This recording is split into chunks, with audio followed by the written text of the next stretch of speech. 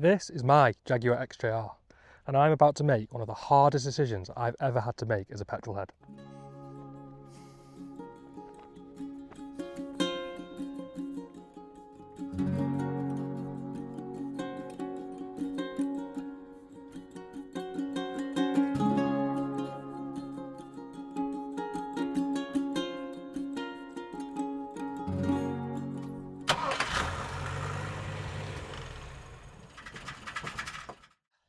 Let me explain. I've owned this car for over 2 years and it has been the best car I've ever owned. It does everything, this car. It might not be the most economical, but it's not as bad as you'd think. It's got me to work and back in the snow, in the rain, even in the sun occasionally in Britain. It's towed cars for me, so it's towed the Porsche home and a few other bits and bobs, and I love it. I absolutely love this car. But I had to make one of the biggest decisions I've ever had to make as a petrolhead, because I signed up for the work car scheme, and the only cars you can get on the work car scheme are electric. So I now drive an electric car to work.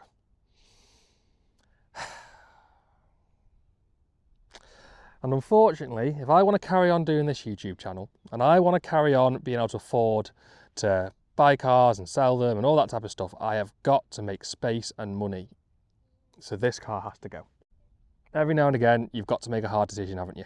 So this is it. Let me show you around the car, tell you the good bits and the bad bits, and yeah.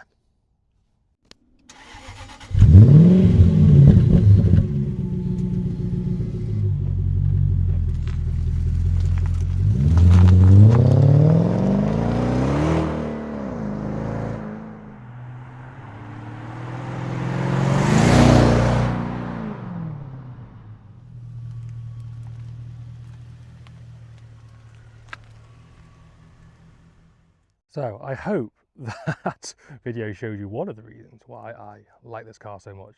The sound it makes is just epic.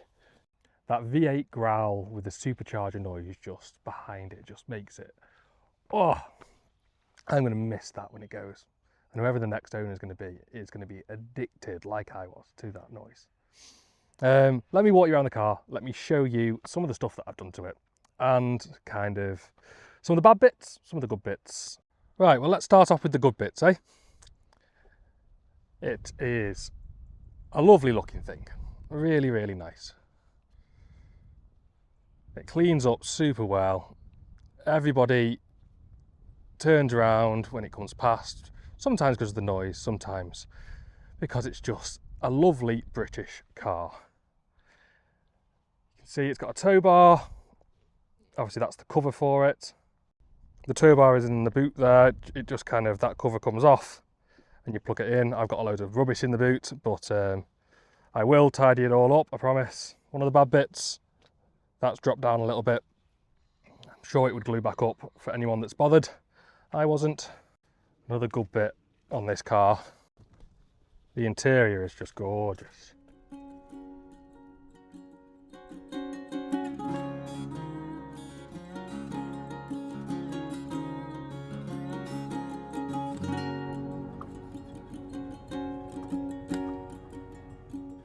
Here is that power plant.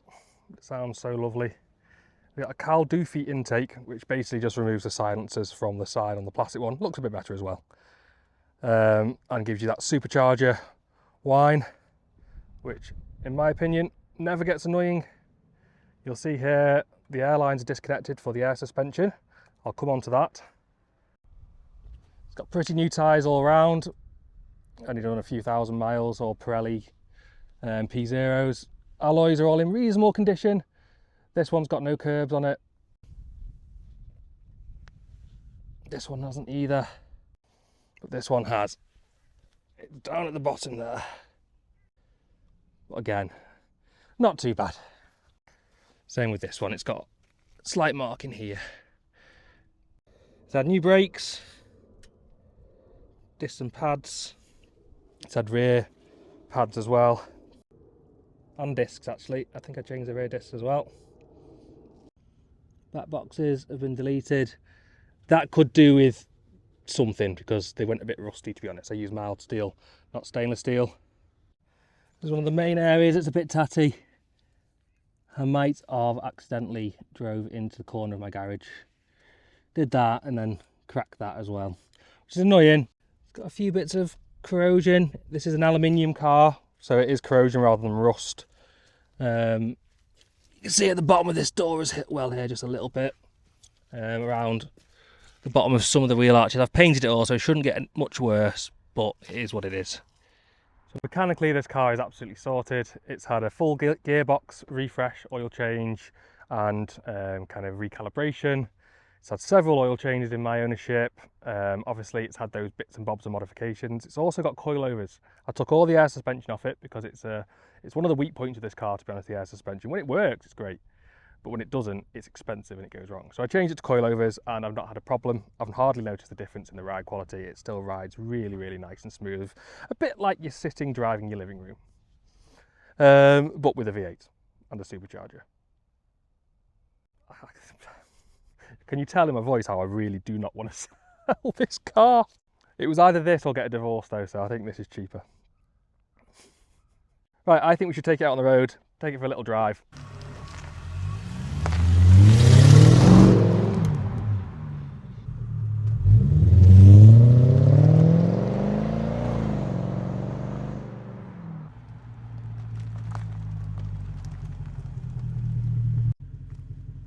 The problem with filming on your own, you've got to remember to pick your camera up.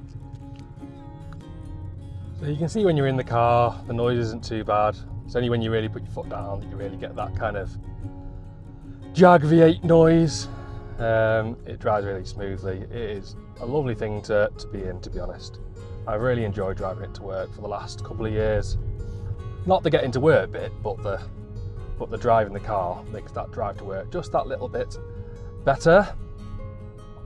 And it does better mileage than you think, fuel-wise. So, mixed driving, I average 23.5 miles per gallon, and that's since I've owned the car.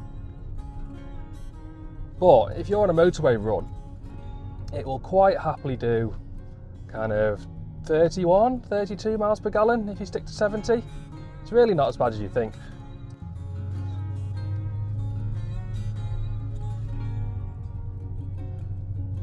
As you can tell, it's still a nice stable ride even with those coilovers, and I've not lowered it ridiculously, but the height is adjustable. If you ever wanted to slam it on the ground, you could do.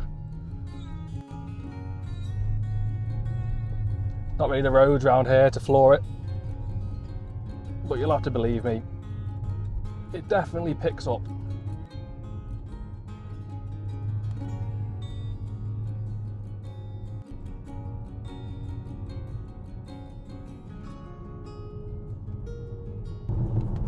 Little bit of straight road here. It's dry, so we'll give it an accelerator.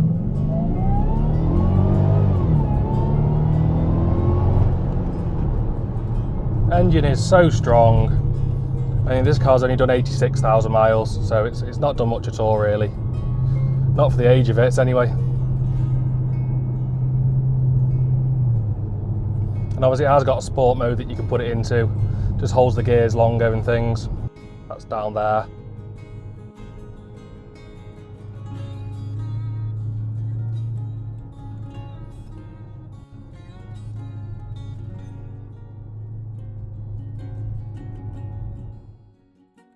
Right, we're back at HJR Garage now. I hope you enjoyed kind of that little walk around and drive about.